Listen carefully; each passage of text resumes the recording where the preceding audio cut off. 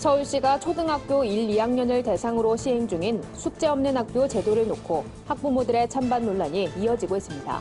어떤 내용인지 알아봤습니다. 경상남도 기독단체들이 경남교육청의 학생 인권조례 제정 움직임에 반대 입장을 밝혔습니다. 지역의 독거 어르신들에게 토스트를 나누며 복음을 전하는 한별교회 사역 현장에 다녀왔습니다. 오늘 뉴스리포트에선 다사다난했던 2018년 한 해 기독교계 이슈를 돌아봅니다. 올 한 해 기독 문화계의 동향을 정리해봅니다. 오늘은 도서와 음반 분야를 살펴봤습니다. 문화선교연구원이 온 가족이 함께 드릴 수 있는 성탄 예배를 제안했습니다.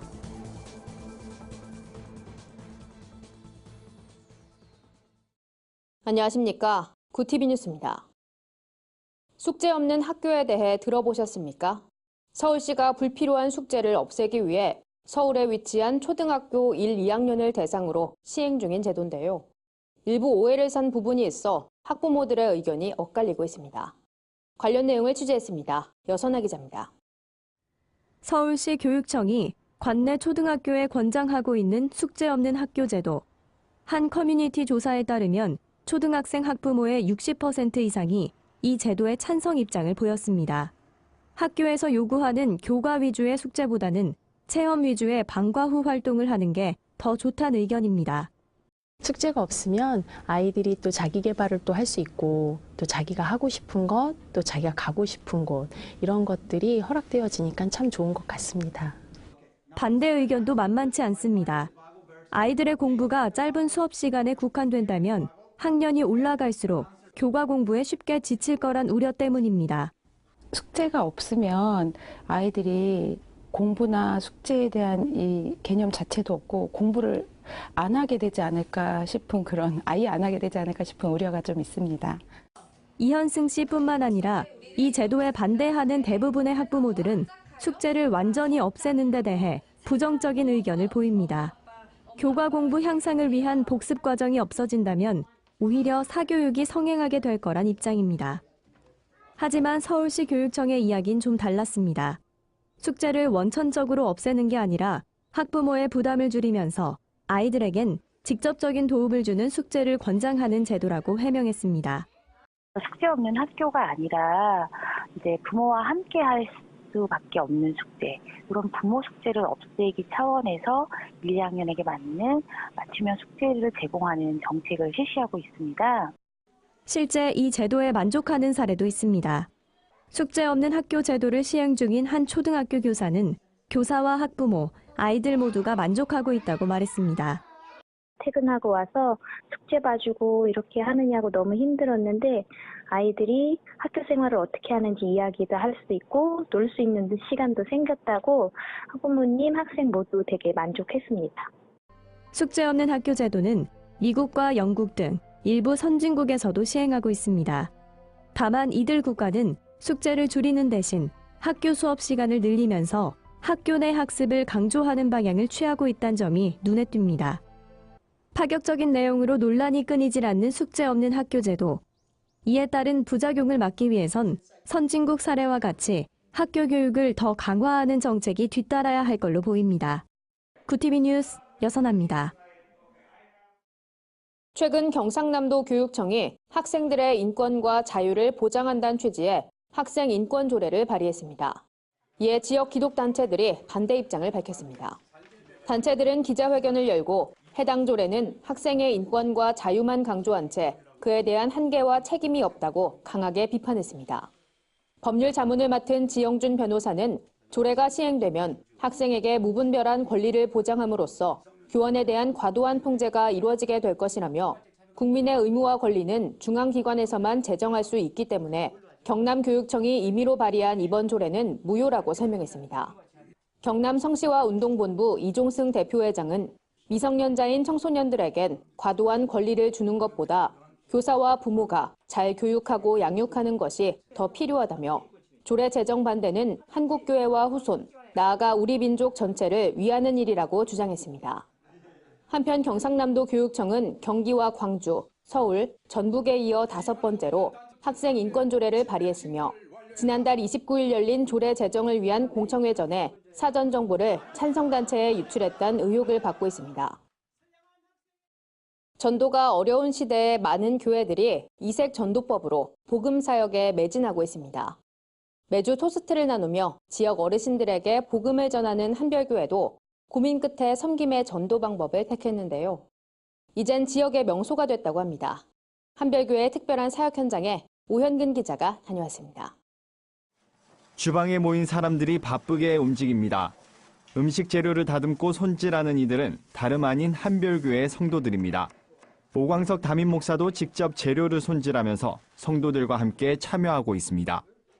한별교회는 5년 전 안산에서 현재의 시흥으로 교회를 이전하면서 지역에 외로운 어르신들이 많다는 주변의 이야기를 듣고 토스트 사역을 시작했습니다. 호떡이나 고구마, 국수 등 여러 음식들을 고민했지만 간단하면서도 식사로도 제격인 토스트를 나누게 됐다는 게 오 목사의 설명입니다. 또 우리 주님께서 섬기고 나누라는 말씀을 우리가 기억하면서 즐거움을 하고 있습니다. 교회는 전도를 목적으로 토스트 사역을 시작했지만 전도지를 내밀고 교회를 알리다 보니 오히려 사람들이 잘 다가오지 않아 나눔에만 집중하기 시작했습니다. 매주 정해진 장소에서 토스트를 직접 굽고 따뜻한 차를 함께 나누다 보니 이제는 지역의 어르신과 주민, 버스 운전기사도 반드시 들르는 단골이 됐습니다. 처음엔 준비한 250개의 토스트를 모두 소진하는데 대여섯 시간이 걸리던 것이 이제는 많은 사람들에게 입소문이 나면서 2-3시간이면 모두 동의납니다. 그러면서도 교회 이야기는 일절 꺼내지 않습니다. 우리가 전도지를 일부러 먼저 나눠드리지 않고 이렇게 토스트만 나눠드리니까 그분들이 어디서 왔느냐 오히려 묻는 사람들이 있어서 우리가 교회 얘기해드리고 그러면 찾아오신 분도 계시고. 날씨에 상관없이 5년을 한결같이 사역해오면서 성도들이 느끼는 감정에도 많은 변화가 있었습니다. 그리고 이 능곡 지역에 있는 어르신들이 또 와서 이렇게 드시는 모습을 보면은 마음도 뿌듯하고 하나님의 사랑을 같이 나눌 수 있어서 너무 참 좋은 것 같아요. 토스트 전도는 이제 다른 교회에서도 배워가는 특별한 전도 상품이 됐습니다. 나누면서 자연스럽게 복음까지 전할 수 있어 보람된다는 오 목사. 본인이 은퇴할 때까지 그리고 후임 목회자가 사역을 이을 수 있도록 끝까지 담당하겠다는 다짐은 한국교회 사역의 본보기가 되고 있습니다. 구티비 뉴스 오현근입니다.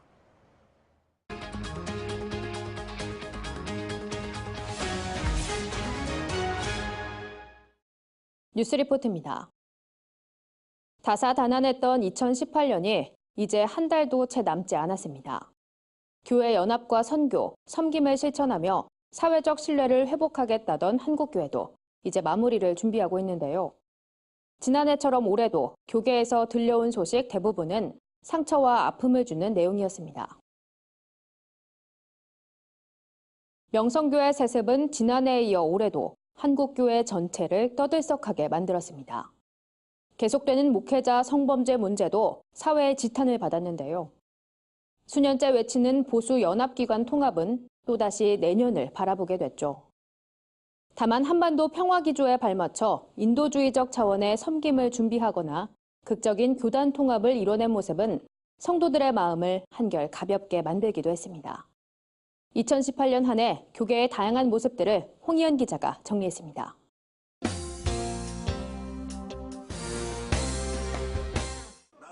올해도 명성교회 부자 세습은 기독교계를 떠들썩하게 했습니다.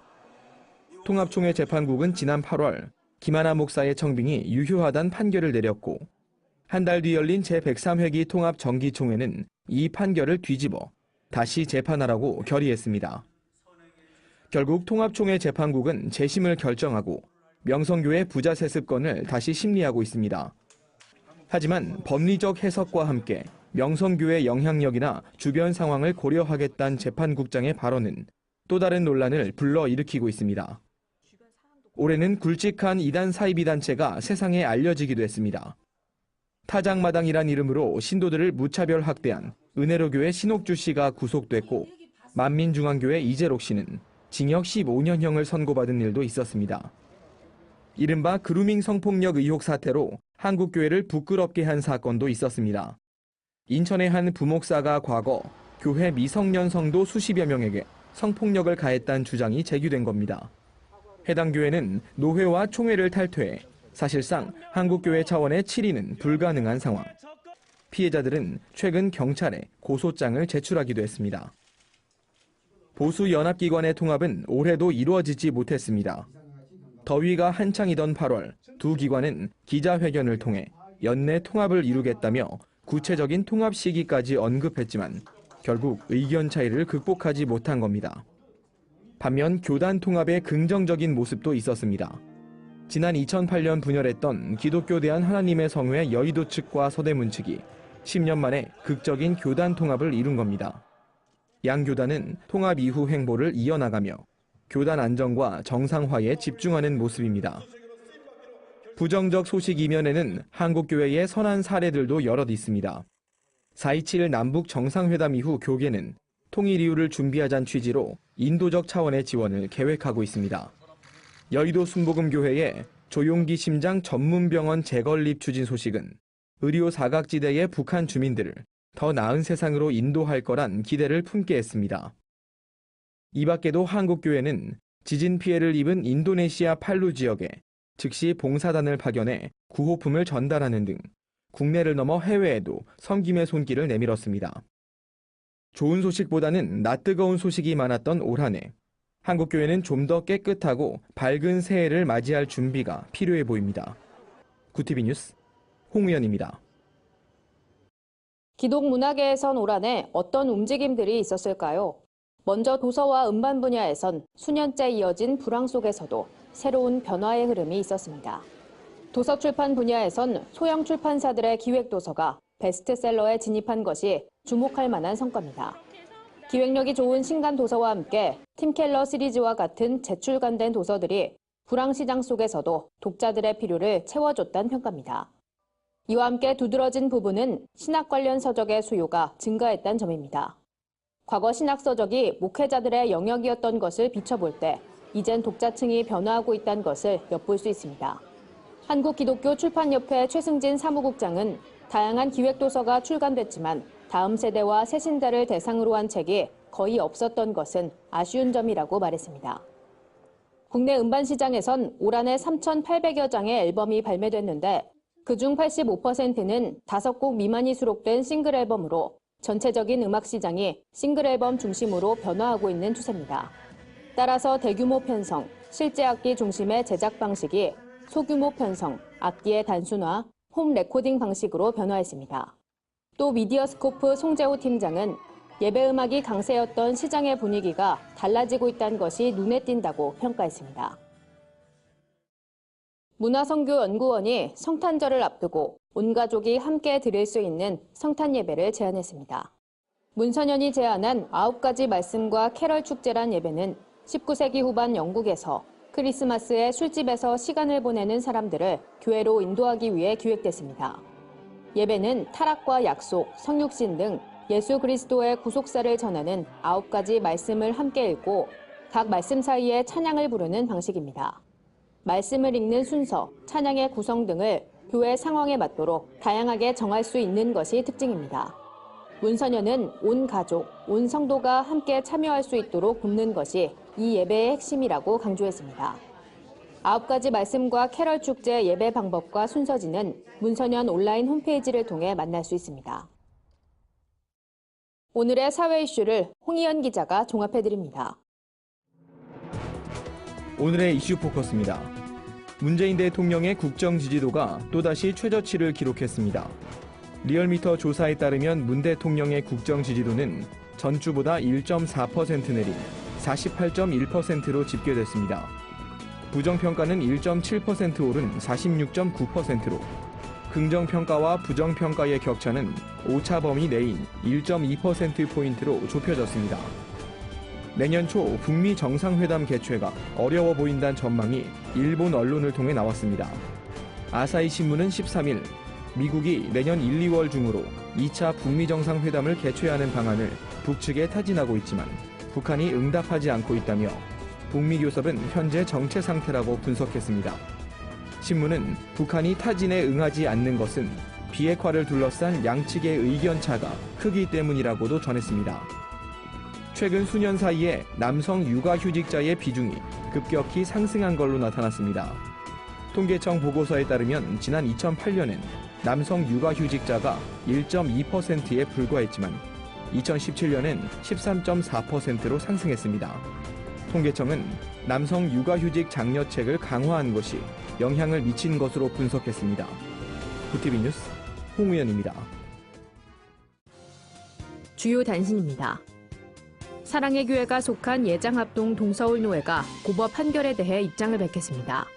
노회는 본 노회가 2003년 오정현 목사에 대해 위임 결의한 것은 적법하다며 종교단체 내부의 결정에 사법부가 개입하는 현실을 개탄하고 대법원에 상고하겠다고 밝혔습니다. 세계기독교 직장선교연합회가 15일 제3회 세계직장선교 비즈니스 포럼을 엽니다. 이번 포럼에선 기독 비즈니스 단체 소개와 발표, 기도회 등의 순서가 진행됩니다. 최직선 명근식 대표회장은 이번 포럼이 비즈니스 선교 전략을 공유하는 자리가 될 것이라고 전했습니다. 열매 나눔 재단이 사회적 기업 브릿지 프로젝트를 진행합니다. 교육과 멘토링, 판로와 투자 연계 등을 통해 생존 단계에 있는 사회적 기업이 성장 단계로 나아갈 수 있도록 돕는 프로젝트입니다. 이번 프로젝트는 내년 2월부터 2020년 3월까지 진행될 예정입니다. 신청은 오는 28일까지입니다. 전국 교회음악 지도자들의 발전을 위한 제32회 교회 합창 워크숍이 내년 1월 10일부터 영락교회에서 진행됩니다. 3일간 열리는 이번 워크숍엔 지휘자와 반주자가 함께 듣는 공통 강의를 비롯해 전공별로 세분화된 수업이 마련됩니다. 또 다양한 음악 관련 서적과 영상 장비, 악기 등이 전시됩니다. 이상으로 뉴스를 마칩니다. 구티비 뉴스는 인터넷 신문, 데일리 굿뉴스를 통해서도 보실 수 있습니다. 시청해주신 여러분 고맙습니다.